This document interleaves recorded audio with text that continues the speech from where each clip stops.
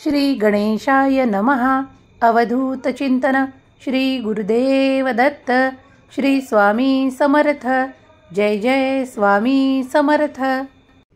देव तुमची आजची परिस्थिती जाणतात आणि देव तुमच्यासाठी उद्या काय तुम्हाला हवे आहे आणि काय आवश्यक आहे याच्या तयारीत आहेत. ते तुमच्याकडे खूप काही चमत्काराद्वारे तुम्हाला ते देऊ इच्छितात. ते घेण्यासाठी तुम्ही सुसज्ज असावे अशी देवाची आज्ञा आहे. बाळा, तुला कुठलीही कमतरता पुढील आयुष्यात भासणार नाही याची योजना माझ्याकडे आहे आणि ती तुझ्याकरता कार्य करत आहे. देव म्हणतात, भिवू नकोस, मी तुझ्या पाठीशी उभा आहे. तेव्हा सतत तू तुझी प्रगती साधण्याचा प्रयत्न कर. तुम्ही त्या नात्यांचा तो कडवटपणा पाहून खूप काही त्रासले आहात. तेव्हा तुमच्या जवळून ती नाते दूर करण्याचा मी तो तुम्हाला आशीर्वाद देतो. कारण जेव्हा ती नाती तुमच्या थोड्या अंतरावर राहतील तेव्हा तुम्ही ते सुख आणि ते आनंद प्राप्त कराल. कारण जेव्हा कधी काही नाते इतकी कडवट होतात की ती सहन करणे देखील अवघड होते. वादविवाद एवढे वाढतात की ते खूप काही दुरावा निर्माण करतात आणि हा दुरावा कधी कोणासाठी उपयोगी देखील ठरतो. तेव्हा निश्चिंत राहा. जे होते ते चांगल्यासाठी होते हे विशेष लक्षात असू द्या. प्रत्येक नात्यातून तुम्हाला तो आनंदच प्राप्त होईल असे नाही. पण जेव्हा खूप काही विरोधाभास निर्माण होतो तेव्हा दुरावाच बरा असतो. देव म्हणतात, बाळा, निश्चिंत राहा. तुझ्याजवळ फक्त तुझ्या प्रीतीचेच नाते मी ठेवू इच्छितो आणि जे तुझ्यासाठी काही कष्टप्रद आहेत, काही दुःखदायक आहेत, त्यांना मी तुझ्या जवळून दूर ठेवेन. विश्वास ठेव. देव म्हणतात, आज तुला मी काही महत्त्वपूर्ण गोष्टी सांगू इच्छितो. तेव्हा हा संदेश वगळून पुढे जाऊ नकोस. शेवटपर्यंत ऐक. त्या कोणत्या गोष्टी आहेत त्या तुझ्यासाठी महत्त्वपूर्ण आहेत. देव म्हणतात, तुझ्या अपेक्षापेक्षाही माझी योजना तुझ्यासाठी कार्य करत आहे आणि करणार आहे. तुमच्या भविष्यासाठी जे काही त्याच्याकडे आहे ते तुम्हाला आश्चर्यचकित करेल. तुमच्या ध्येयासाठी तुम्ही जे काही प्रयत्न करत आहात त्यात तुम्हाला देवाची साथ प्राप्त होईल. देवाचा विश्वास आणि आशीर्वाद तुमच्या सोबत राहील. शांत रहा, तुला सर्व काही मिळणार आहे. हा महिना संपण्यापूर्वी तुम्हाला चांगली बातमी मिळणार आहे. ती तुमच्यासाठी एखादी नोकरी असू शकते. तुमच्यासाठी तुमच्या सुटलेला तो आरोग्याचा प्रश्न असू शकतो.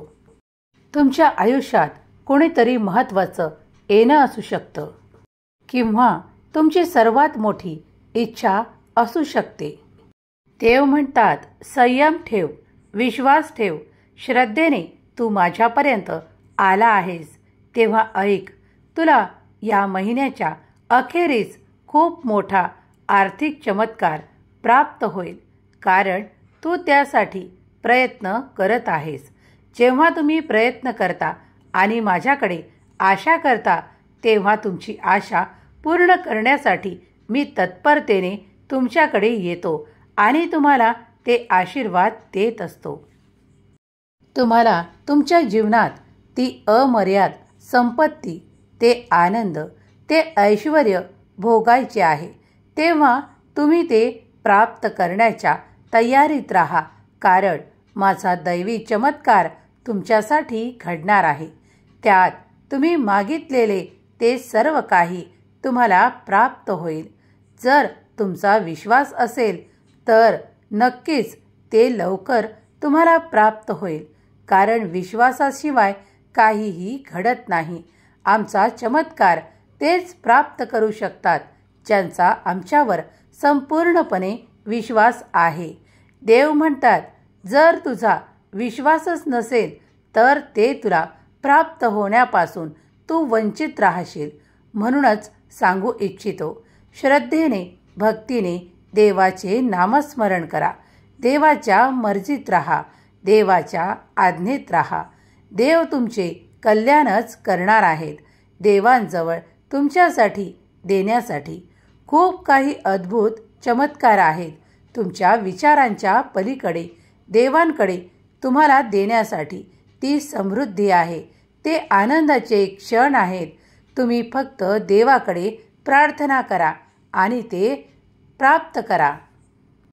जो देवांवर विश्वास ठेवेल तो माझा चमत्कार प्राप्त करेल, कारण मी त्यासाठी ती विपुलता, ते आर्थिक चमत्कार आणि खूप काही संधी आणि ते प्रेम देण्यासाठी इथे उपस्थित आहे. तेव्हा तुम्ही विश्वासाने पुढे यावे आणि ते स्वीकार करावे. स्वामी म्हणतात, बाळा खंबीर हो, कारण तुझ्यासाठी ते चमत्कार तेव्हाच घडायला लागतील जेव्हा तू संपूर्णपणे विश्वास ठेवशील आणि ते कार्य अविरत सुरू ठेवशील. कारण या केलेल्या कर्मांमुळेच तुम्ही ते सर्व काही प्राप्त कराल ज्याची तुम्ही अपेक्षा करता. देवांकडे तुम्ही जे मागत आहात ते देवाला देण्यासाठी अगदी सहज आणि शक्य आहे. पण तुम्ही विश्वास ठेवला तर ते तुम्हाला नक्कीच प्राप्त होईल. कारण तुमच्या प्रतीक्षेला प्रतिफळ मिळेल. देव म्हणतात, बाळा तुझ्या कल्पनाही खूप मोठ्या आहेत आणि तुझे ध्येयसुद्धा खूप मोठे आहे. तेव्हा तू प्रयत्न कर आणि विश्वास ठेव की देव तुझ्यासाठी ते सर्व काही करत आहेत. तुम्ही मोठ्या साम्राज्याकडे वळणार आहात. तुम्ही जर ते प्राप्त करू इच्छिता तर तुम्हाला यश मोठे प्राप्त करायचे आहे तर प्रयत्न देखील मोठे करावे लागेल. देव म्हणतात, जे कोणी बाळ खूप काही प्रार्थनापूर्वक माझ्याकडे विनंती करत आहे त्या आर्थिक चमत्कारांसाठी, त्या आरोग्यासाठी आणि त्यांच्या सुखी जीवनासाठी, तर मी ते या क्षणाला मान्य करून त्यांना ते आशीर्वाद देऊ इच्छितो की त्यांचे पुढील काळातच खूप काही आर्थिक समस्या प्रश्न सुटतील. बाळा, ज्यांचे आरोग्य आजपर्यंत त्यांना काही त्रास देत होते ते आता उत्तम राहायला सुरुवात होईल. त्यांच्या आरोग्यात ते त्यांना परिवर्तन दिसून येईल आणि ते सुखाने जीवन जगू शकतील. ज्यांना खूप काही प्रश्न पडले आहेत त्यांचे ते प्रश्न अगदी अलगद सोडवण्यासाठी देवांचा आशीर्वाद त्यांच्यासाठी कार्य करेल आणि त्यांचे प्रश्न सोडवल्या जातील. देव म्हणतात, प्रार्थना करा आणि निश्चिंत राहा, कारण तुमच्या प्रार्थनेचे उत्तर तुम्हाला लवकरच प्राप्त होणार आहे. तुमच्या मनात या क्षणाला देखील काही शंका असतील, खूप काही प्रश्न असतील आणि काही नकारात्मक ऊर्जेने तुमचे मन भरलेले असेल तर ते या क्षणाला देवाच्या चरणावर सोपवून निश्चिंत व्हा आणि मग बघा चमत्कार. देव तुमच्यासाठी तो चमत्कार देऊ इच्छितात, तो आशीर्वाद देऊ इच्छितात ज्यामुळे तुमचे जीवन पुढील स्तरावर जाणार आहे. तेव्हा तुम्हीही तयारीत राहा आणि पुढे जाण्यास. देवा, मी तुमचा प्रिय बाळ आहे, मला ते हवे आहे अशी प्रार्थना करा आणि देव निश्चितच तुम्हाला ते देतील यावर विश्वास ठेवा. तुमच्याकडे ते तुमचे नाते आता खूप काही प्रेमाने भरून देव पाठवू इच्छितात. आजपर्यंत ज्या ठिकाणी क्लेश व्हायचे, ज्या ठिकाणी खूप काही भांडणे होत होती, आता त्या ठिकाणी शांततेचा आशीर्वाद देव देऊ इच्छितात. देव म्हणतात, तुझ्याकडे ती शांतता आणि तो आनंद आणि ते प्रेम मी देऊ इच्छितो, ज्यामुळे तुझे जीवन खूप उत्तम होणार आहे. तुम्ही ज्या केलेल्या कल्पना नाहीत तितकेही देव तुम्हाला देऊ इच्छितात. तुमच्या विचारांच्या पलीकडे खूप काही तुमच्यासाठी आता शुभ घटना घडणार आहेत. येणारा काळ तुमच्यासाठी खूप काही शुभ फळं आणणारा ठरेल. देव म्हणतात, जो कोणी खूप काही परिश्रम करून आता थकलेल्या अवस्थेत आहे, त्या माझ्या प्रिय बाळाला मी तो योग्य वेळ आली ती विश्रांती देखील देईल. कारण तो जेव्हा ती विश्रांती घेईल, ती विश्रांती क्षणाची असोत वा काही तासांची, पण पुन्हा तो उठून जोमाने कार्य करण्यास सुरुवात करेल. कारण त्याचा तो क्षीण निघून जाईल, त्याची ती नकारात्मकता निघून जाईल आणि तो पुन्हा त्या आशेने कार्य करेल आणि ते ध्येय प्राप्त करेल. देवांना तुमच्यासाठी योग्य वेळ माहीत आहे की तुम्हाला कोणत्या वेळेस काय हवे आहे. तेव्हा देव निश्चितपणे तुमची वेळ जाणतात आणि तुमच्याकडे ते आशीर्वादाच्या रूपात पाठवू इच्छितात. मग ती विश्रांती असो किंवा आर्थिक चमत्कार. देवाला तुमची वेळ माहीत आहे की तुम्हाला कोणत्या वेळेस काय हवे आहे.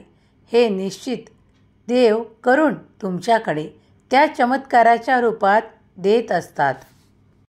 देव तुम्हाला या क्षणाला सांगू इच्छितात की बाळा, काळजी करणे थांबव.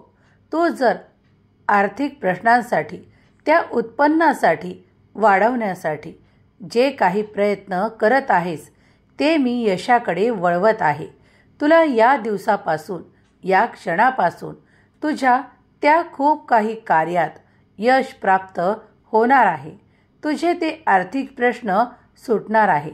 तुमच्याकडे तो आर्थिक चमत्कार प्राप्त होणार आहे. तुमची पाऊले देव त्या मार्गावर नेऊ इच्छितात जिथे तुम्हाला ते यश आणि ते खूप काही भरभराट प्राप्त होणार आहे. तेव्हा विश्वासाने देवाच्या सोबत चला आणि ते आपले ध्येय प्राप्त करा. तुम्हाला देव त्या मार्गात विश्रांतीही देतील, कारण ती तुमच्यासाठी योग्य ठरणार आहे. देवाची इच्छा आहे की विश्रामानंतर तू परत त्या कार्यात जलद गतीने पुढे जावे. यासाठी तुला ही विश्रांती देण्यात येणार आहे. पुढील काळात तुमच्याकडे ते भरघोस यश प्राप्त होणार आहे. त्यासाठी तुम्ही देवाची प्रार्थना केली होती आणि देवाने ती मान्य केली आहे. उद्याचा दिवस तुमच्यासाठी खूप काही शुभ परिवर्तन घेऊन येणारा ठरणार आहे. कारण तुमच्या खूप काही इच्छांना आता देव पूर्ण करण्यासाठी तुमची निवड करत आहेत. देवाने या संदेशासाठी सुद्धा तुमची निवड केली आहे आणि हे संदेश तुमच्यापर्यंत दिले आहेत. यात तुम्हाला कितीतरी भविष्याचे संकेत प्राप्त झाले असतील तर श्री स्वामी समर्थ लिहायला विसरू नका. तुम्ही केलेला देवावरचा विश्वासच तुमच्या कामा येईल. देव तुमच्यासाठी ते अशक्यही शक्य करणार आहेत, यावर विश्वास ठेवा. स्वामी माऊली, मी तुमचे बाळ असे लिहायला विसरू नका. कारण देव तुमच्या इच्छा लवकरच पूर्ण करोत. देव तुमचे कल्याण करोत. देव तुम्ही मागितलेले ते तुम्हाला सर्व काही प्रदान करोत. हीच स्वामी माऊली चरणी प्रार्थना. श्री स्वामी समर्थ.